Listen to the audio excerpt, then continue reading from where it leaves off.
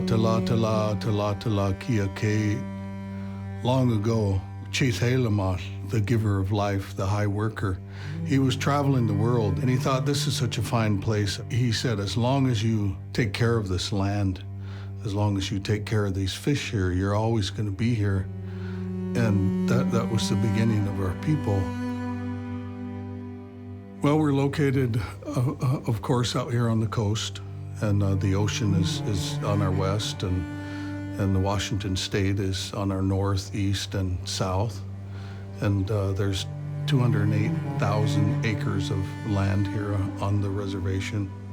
Over the last 10 to 12 years, the council has really taken a pivotal role in hearing the concerns from our staff and scientists about what is happening. The people are vulnerable to a rising tide. We have to look at how we address, how we move those people up on higher ground to protect them. Now when we're looking at the impacts of climate, all of these things are just starting to layer itself on as impacts to us. And those storm surges are affecting our seawall, our protected wall at the mouth of the Quinault River. And with these storms, and the storm surges are much more violent right now. So it's like a full frontal attack on everything that is around us, our natural world, our forestry, ecology is changing. It's real. Its impact is in a real way.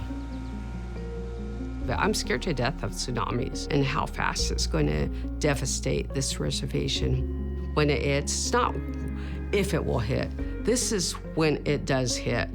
We would have 15 minutes to move our entire village up the hill to be out of the harm's way of a tsunami. Taholah is going to be cut off from everything, and we're not going to be the priority for the state to say, well, we need to take care of those people at the end of the road.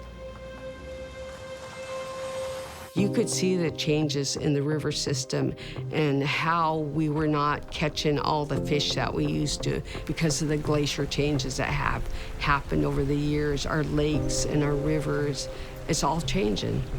Salmon is our resource. That's our lives. That's who we are as a people. We're the salmon people. The first sign of climate change that I ever noticed was the waves. You know, the river and the ocean is nothing to play with. You know, it's a dangerous place. It's been quite the drastic change since I started in fisheries. You could see the numbers, they just a steady decline every year. I mean, there was years where we caught 300,000–400,000 sockeye. Now we're lucky if we get 50,000–60,000 back a year. Fish is our life, you know. It's what supports our tribe. You know, it's one of our biggest economic sources. I don't know what we'll do, you know, if they disappear. It's hard to think, you know, what would happen to our community.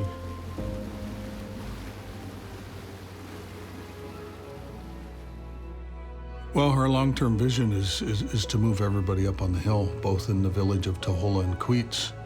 And until we do that, the safety of our membership is not met. So our aim here is to continue that effort through whatever resources we can access to get our tribal members up on the hill.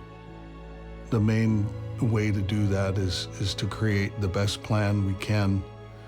You know, identify locations that are up out of the tsunami zone, identify water, identify access to those areas, create plats and plans, and then find the resources to build homes. Where you're relocating whole neighborhoods and whole infrastructure, building from the ground up. There really needs to be a very close look and partnership with tribes about how do we create flexibility within the law, whether legislatively or from a policy perspective, to allow tribes the maximum flexibility to meet their unique needs and issues. We received recently, it was a $25 million investment from the Biden administration.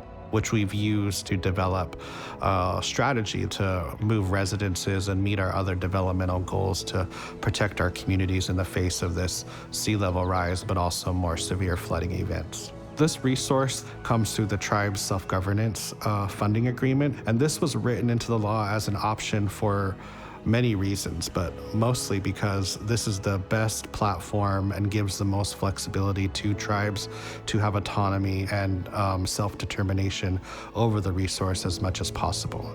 You know, we're very thankful for a $25 million infusion from our federal trustee, but long term, you know, we're looking $300 to $400 million to relocate one village.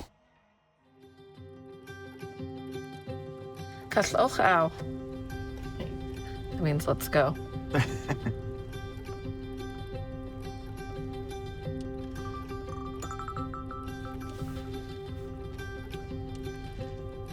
So right now we're in the current upper village of Taholah, and we'll be going into the new northeast neighborhood, which is the phase 1 of our relocation project.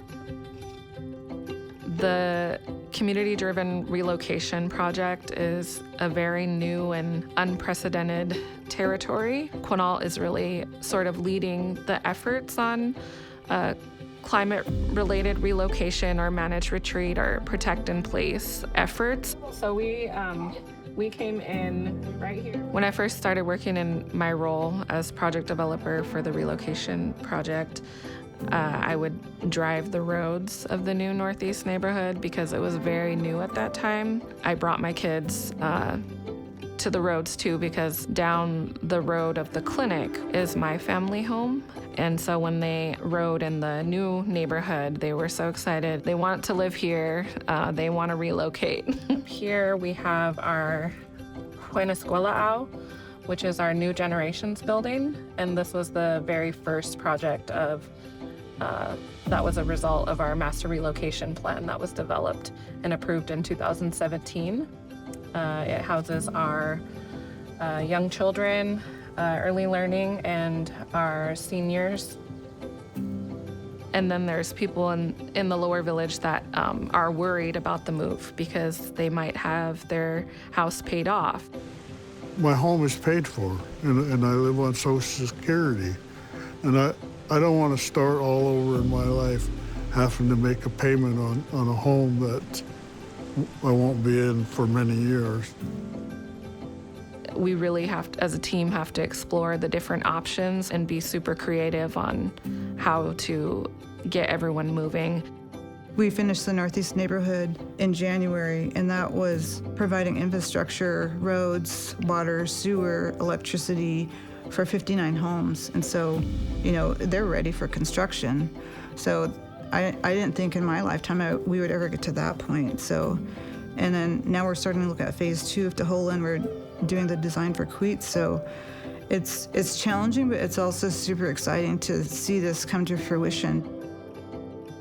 What I want to leave behind and what, you know, other community leaders, elders did for me is they laid that framework for me, that inspiration for me, because everything we're doing is this work, building neighborhoods, changing federal laws, that takes lifetimes. And I might not even be around physically to see some of those things come to pass. I'm not worried about the future of Quinault Nation because we have so many talented people. We're a resilient tribe. We're going to go forward, you know, but we have to do it working together. We're not just talking about it. We mean action, and we plan to get this thing done. We're here to move dirt, and we're here to build and hammer nails and take care of our families that are here.